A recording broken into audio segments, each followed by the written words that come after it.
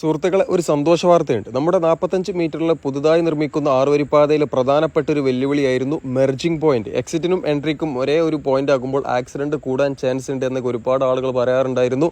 ഏതായാലും അതിന് പരിഹാരമായിട്ട് എക്സിറ്റിന് വേറെ പോയിന്റും എൻട്രിക്ക് വേറെ പോയിന്റാണ് കൊടുത്തിട്ടുള്ളത്. ഇതിപ്പോൾ ഒരു എൻട്രി പോയിന്റ് കേട്ടോ. അപ്പോൾ എൻട്രി പോയിന്റിന് മുമ്പ് ഇവിടെ ഒരു ഹസാർഡ് ലൈൻ കൊടുത്തിട്ടുണ്ടാകും. ഇതിൻ്റെ മുകളിലൂടെ വാഹനം ഓടിക്കാനോ ഇവിടെ പാർക്ക് ചെയ്യാനോ പാടുള്ളതല്ല.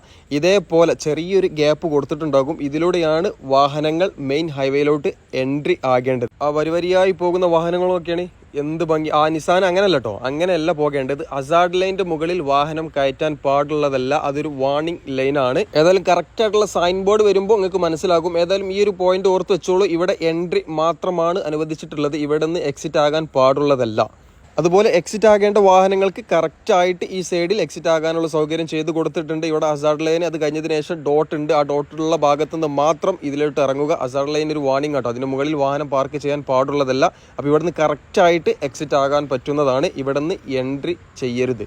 ഓർത്ത് വെച്ചോളൂ, ഇതാണ് എക്സിറ്റിനുള്ള പോയിന്റ്. സൈൻ ബോർഡും കാര്യങ്ങളൊക്കെ വരുമ്പോൾ ഒന്നും കൂടി നിങ്ങൾക്ക് ക്ലിയർ ആവുന്നതാണ്. എന്തായാലും 2 മാസം എടുക്കുമ്പോഴത്തേന് എല്ലാണ്ട് കാണാപ്പാടം പഠിച്ചോളും. പിന്നെ എക്സിറ്റ് ആകുന്ന സ്ഥലത്ത് നിന്ന് എൻട്രി ആയാൽ ചില സമയത്ത് ചിലപ്പോൾ ഫൈൻ കിട്ടും. അതേപോലെ എന്തെങ്കിലും ആക്സിഡന്റ് പറ്റിക്കാന്നുണ്ടെങ്കിൽ ഇൻഷൂർ കിട്ടുന്നതല്ല കേട്ടോ. അത് ഓർമ്മയിലുണ്ടായിക്കോട്ടെ.